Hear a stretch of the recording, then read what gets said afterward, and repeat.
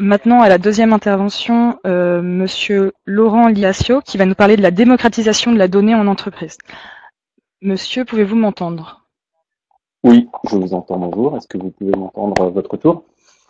Oui, on vous entend, merci. Ok, très bien. Je commence tout de suite? Oui, oui, allez-y. Ok, très bien. Très bien, bah merci beaucoup en tout cas d'assister à cette présentation. Je m'appelle Laurent Ly, je suis le responsable avant-vente pour MicroStratégie en France. Je vais voir si mon document s'affiche. Euh, très bien, bah voilà, on a rendez-vous maintenant pour 30 minutes. Le but pour moi est de vous expliquer comment démocratiser l'usage du big data dans votre société et au-delà de votre société. Et du coup, moi j'avais un petit agenda rapide. Je voulais pas tellement rentrer dans MicroStratégie, mais je pense que pour ceux qui ne connaissent pas, je suis obligé de passer par une petite présentation de cette plateforme décisionnelle.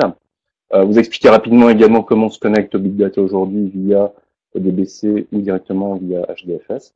Et puis, j'ai quelques exemples pour aller justement plus loin et pour montrer comment cette donnée peut être démocratisée au-delà des formats décisionnels qu'on connaît aujourd'hui, avec quelques exemples et quelques vidéos. Alors, j'ai essayé de rajouter quand même pas mal de vidéos.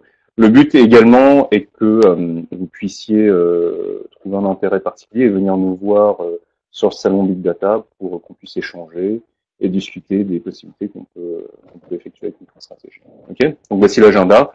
Euh, donc, je vais commencer par une petite présentation de MicroStratégie, une plateforme BI, c'est-à-dire une plateforme de business intelligence. Et le rôle de la business intelligence en entreprise est de déployer l'intelligence et l'information dans l'ensemble de la société et de manière homogène et de manière structurée. Alors ça, c'est la définition de la business intelligence.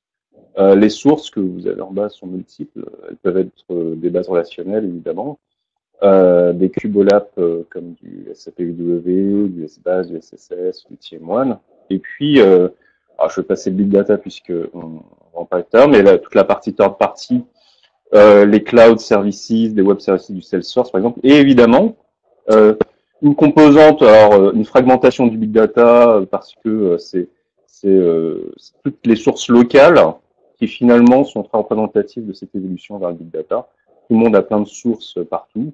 On a des sources majeures qui proviennent des systèmes opérationnels, etc. Mais on a aussi plein de sources.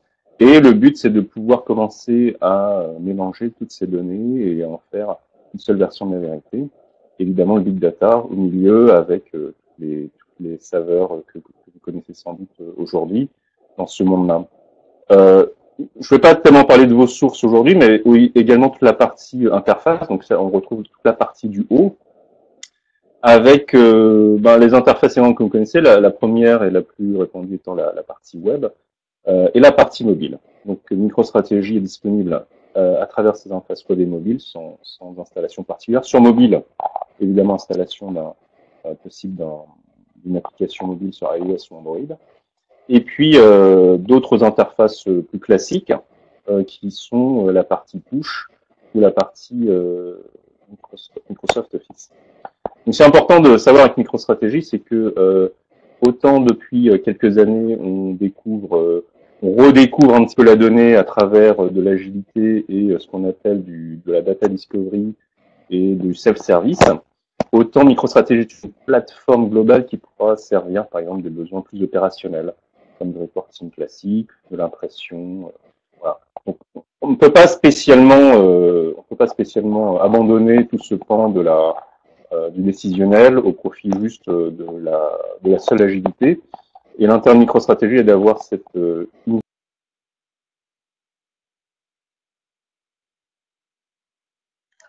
Monsieur, on ne vous entend plus. Est-ce que vous pouvez essayer de relancer votre micro peut-être?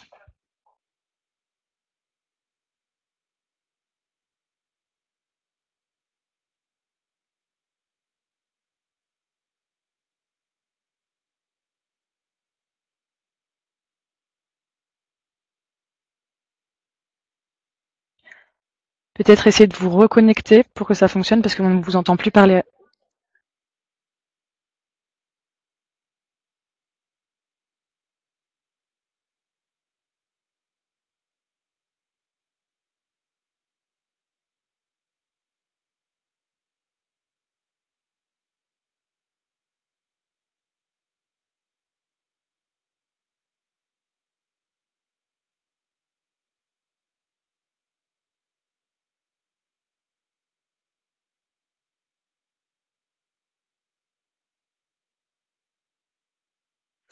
Veuillez nous excuser pour ce petit problème technique, on est en train de le régler.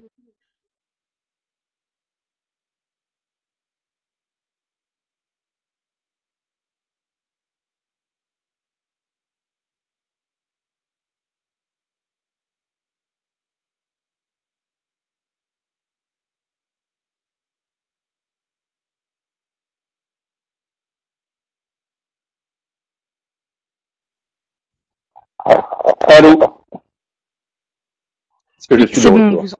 on vous entend, on vous entend. Ok, merci beaucoup. Désolé. Je crois que je vais devoir voir. Il y avait quelque chose qui est arrivé entre temps, sans doute. Je vais continuer. Ouais, je voulais dire, donc c'est une plateforme globale, pas uniquement de data discovery, mais également qui va pouvoir servir l'ensemble des besoins décisionnels d'une société. Et donc, autant servir les besoins hyper globaux que les besoins des data scientists ou des utilisateurs qui ont justement besoin de manipuler l'information et de chercher un petit peu.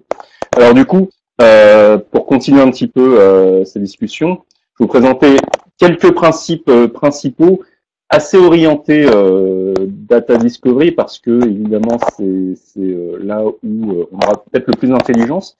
La première partie est que MicroStrategy permet de faire de la data préparation, ce qu'on appelle du data wrangling, c'est-à-dire pouvoir commencer à récupérer des données qui sont pas forcément de qualité égale. Ça peut arriver dans un monde de big data en particulier, où on récupère des données ou des fichiers CSV ou des fichiers en direct et on a besoin de séparer des colonnes, de les merger. Et les utilisateurs peuvent passer par des outils comme mon prédécesseur dans le webcast Informatica, mais également pouvoir avoir de l'agilité dans la préparation d'informations. Donc MicroStrategy propose cette interface de data préparation, d'unification de plusieurs tables, de regroupement d'informations, de séparation des colonnes, etc. On a des centaines de fonctions qui sont disponibles.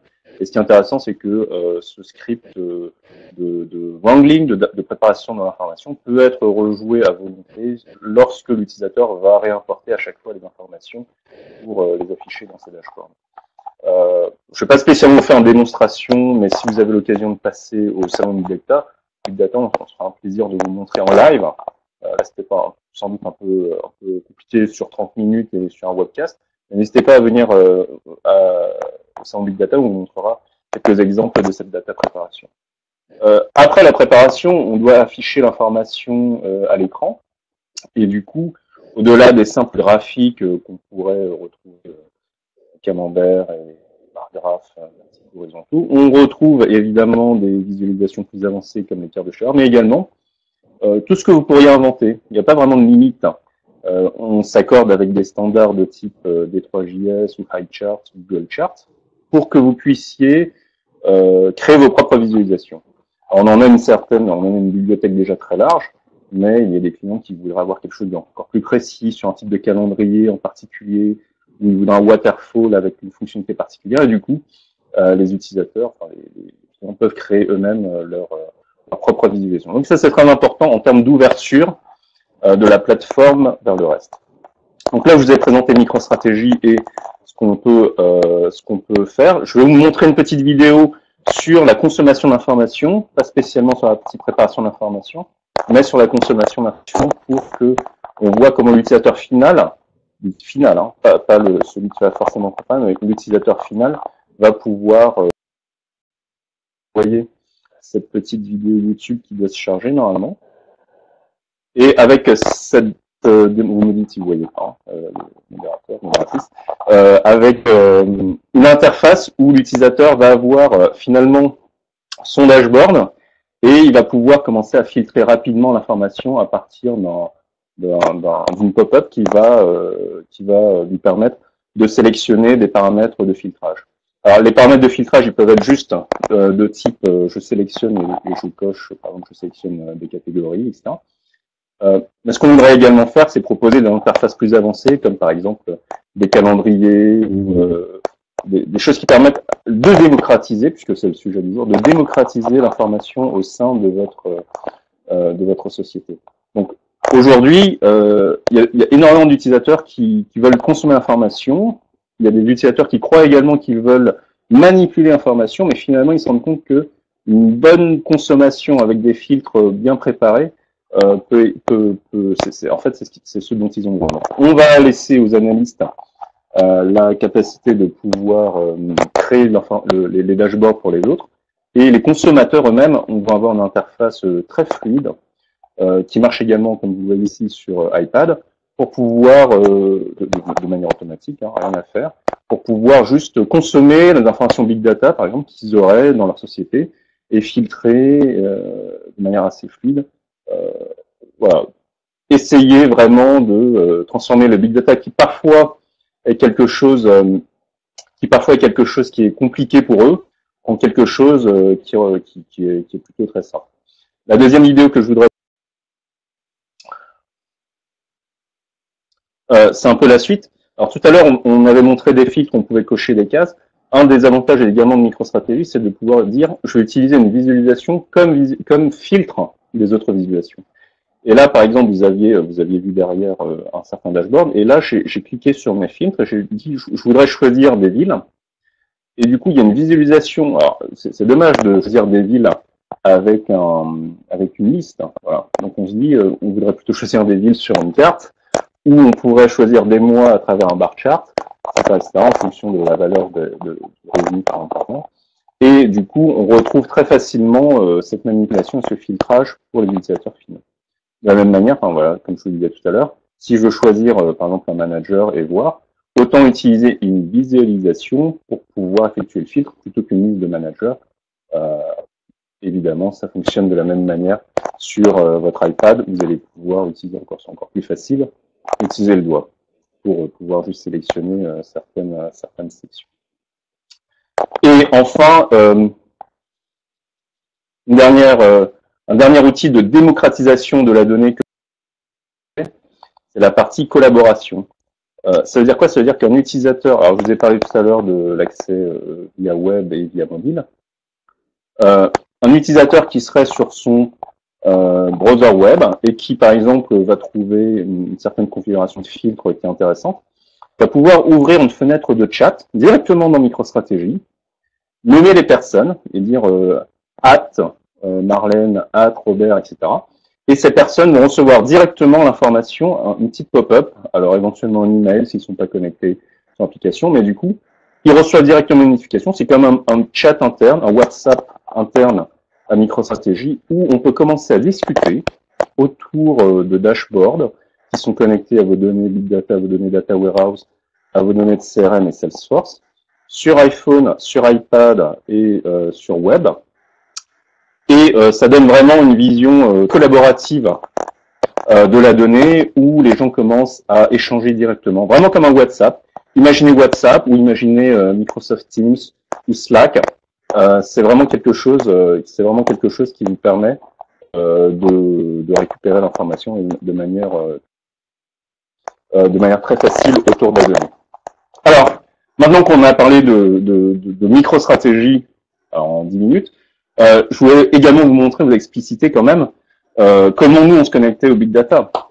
Les applications que vous allez pouvoir construire au-dessus de MicroStrategy vont pouvoir se connecter directement, bien sûr, à toutes les sources Big Data que vous pouvez imaginer, soit des sources style batch SQL comme Hive ou comme les autres vendeurs classiques de Big Data, ou des add-ons de type interactive SQL comme Spark ou Impala ou Apache Drill.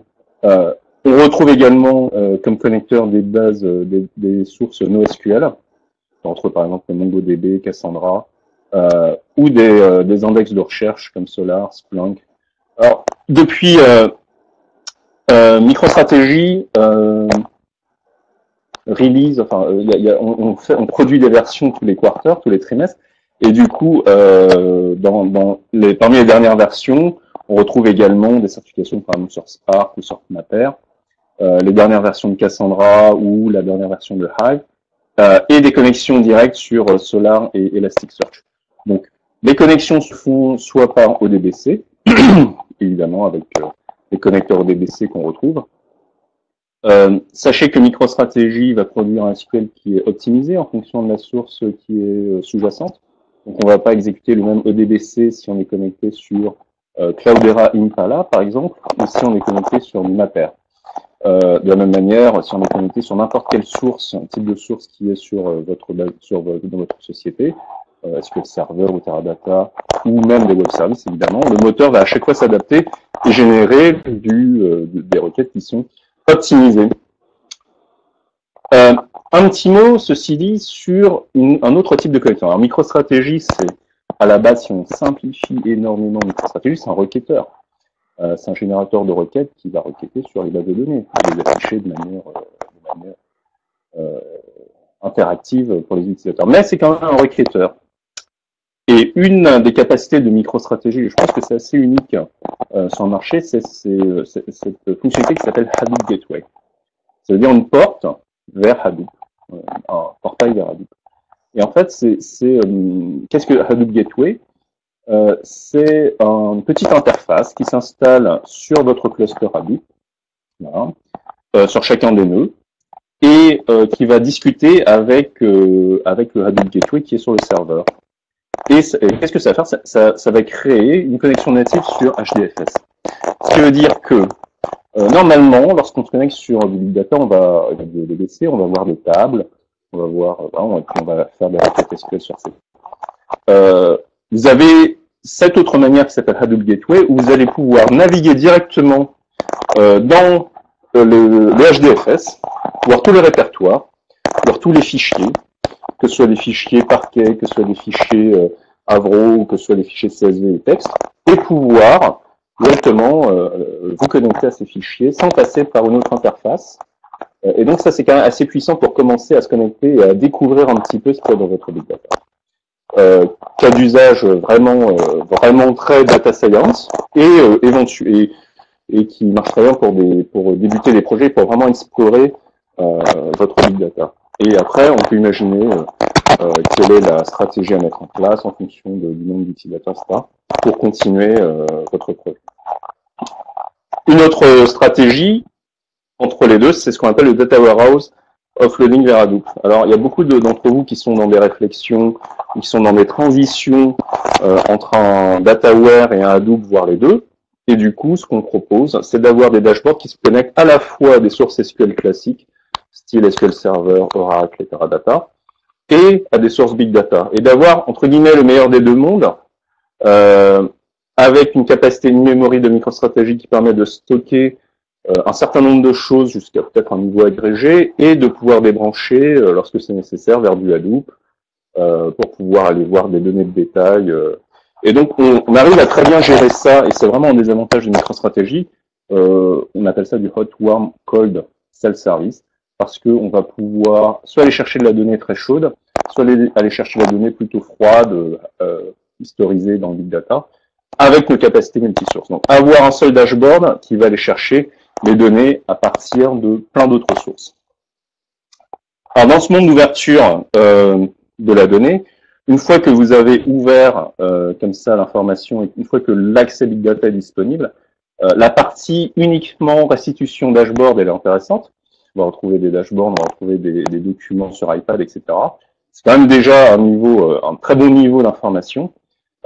Mais on a également cette ouverture avec ce qu'on appelle nos API REST, qui permet de transformer MicroStrategy en hub de données. Une fois que vous connectez MicroStrategy à votre Big Data, vous avez l'information qui est disponible. C'est dommage c'est dommage.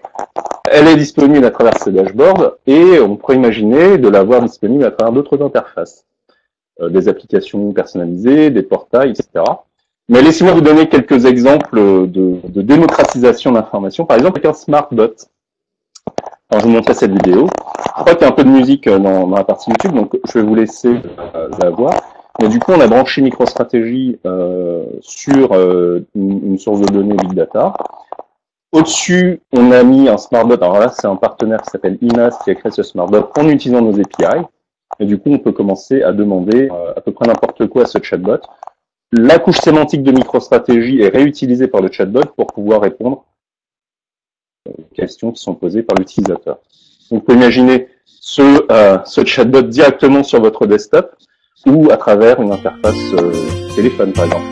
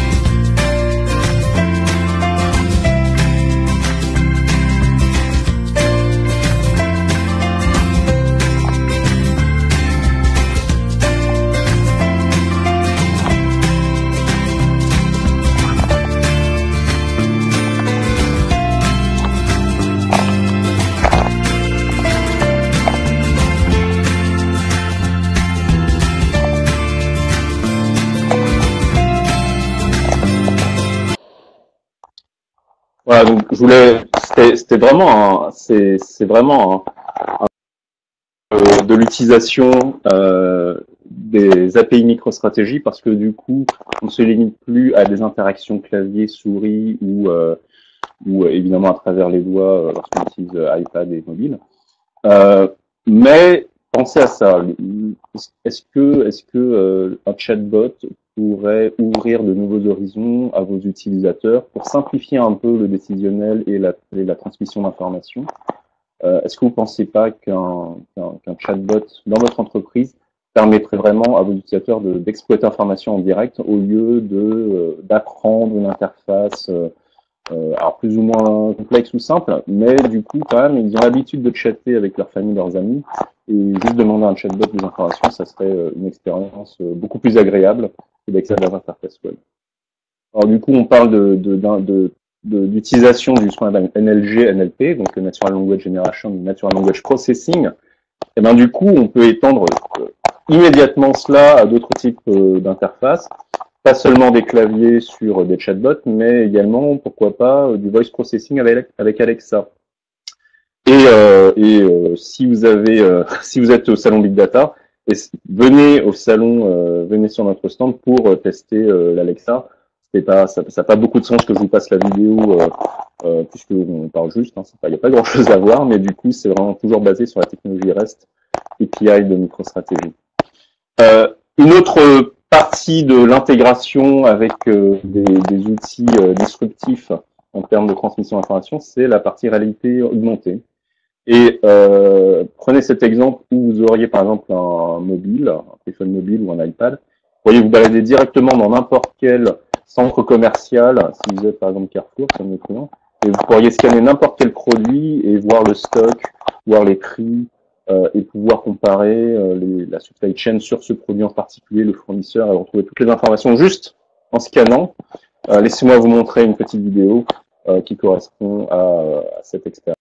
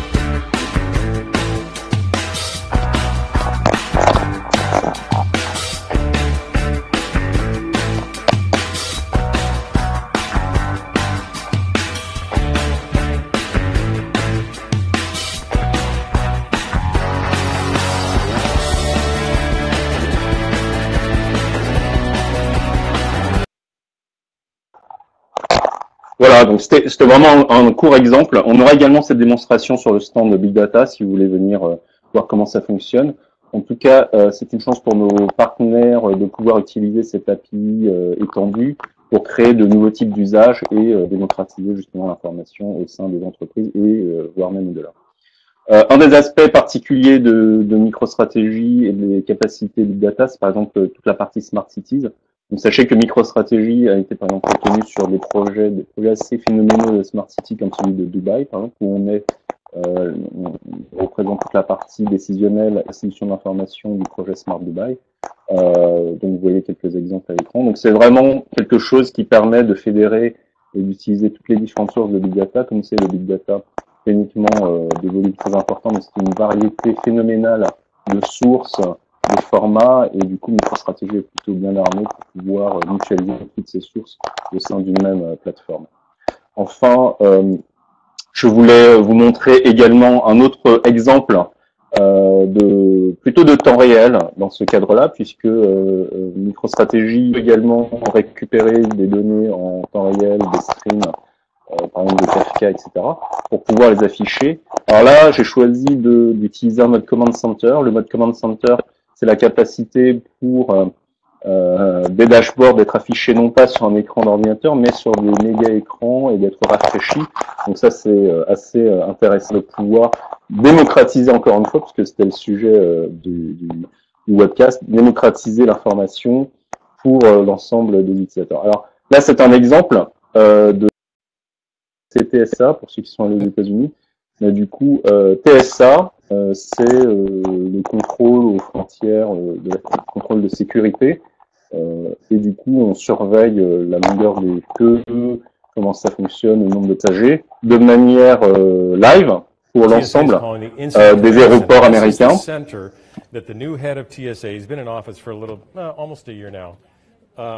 Put together within a couple of weeks. And this is after those long lines of 2 and 3 hours and all the complaints about TSA and the long lines. So he put together this center, and you can see what they do every morning and throughout the day basically is monitor what's happening right now at the top 7 airports. So what they've set up is the ability for them to get.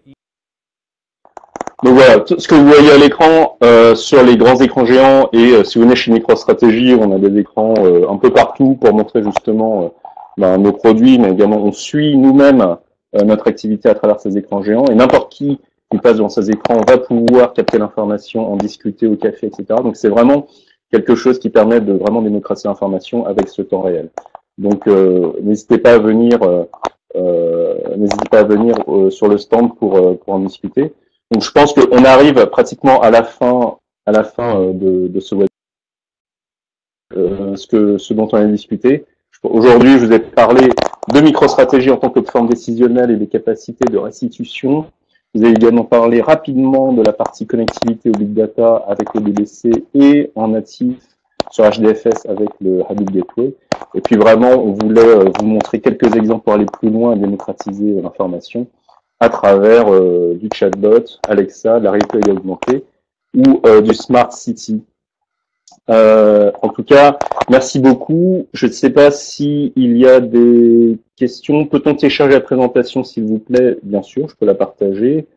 Aurez-vous accès à toutes les présentations? Vous aurez toutes les présentations du lien, c'est l'équipe Big Data. Et puis, voilà, il y a Henri-François qui a participé à certaines vidéos et qui vous envoie les liens. Pouvez-vous nous donner quelques chiffres pendant les temps de projet? Alors, vous parlez de quel projet? Je pense que là, j'avais pas mon temps. Je sais pas s'il y a un modérateur dans la salle. Est-ce que je dois laisser la main ou est-ce que je peux répondre à monsieur? Alors là, vous pouvez passer aux phases de questions-réponses. Voilà, il vous reste un petit, on va dire 3 minutes. 3 minutes. Quelques chiffres. Vous limitez si monsieur Depam, vous pouvez préciser ce que vous vouliez dire en termes de volumétrie. En tout cas, MicroStrategy gère des volumétries assez phénoménales. Un des clients, celui qui a c'est difficile à dire parce que parfois ça change. Je pense que le client qui a le plus de volumétrie, c'est Facebook. On a 40 téraoctets de données en mémoire et je crois qu'il y a 20 pétaoctets de données brutes. Voilà. Par contre, ils ont fait leur propre big data, ils ont fait leur version interne.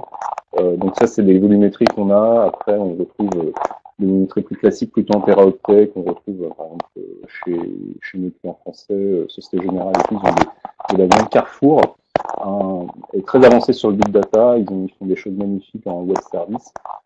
Ils peuvent, voilà, ils ont témoigné il y a 2 mois à Paris sur leurs avancées big data avec MicroStrategy. Je me souviens plus exactement des volumétries, mais c'est phénoménal puisque depuis qu'on a le big data, je crois que tous les tickets de caisse en live sont remontés de tous leurs supermarchés sur un système web service. Maintenant pour les comparaisons de prix, etc. Donc c'est assez phénoménal ce qu'ils font avec MicroStrategy et c'est assez extrême. Voilà, je pense que c'était à peu près tout. Et n'hésitez pas à passer sur le salon. Alors je sais pas de numéro de stand, mais je crois qu'on est vraiment très proche de la liste centrale. Un gros stand rouge, et je pense que vous ne pouvez pas nous louper. Donc venez essayer Alexa, venez essayer nos iPads avec la réalité augmentée et discuter de vos projets Big Data. Je vous remercie, et puis je remercie l'organisation de l'événement Big Data Paris pour ce webcast. Merci à tous.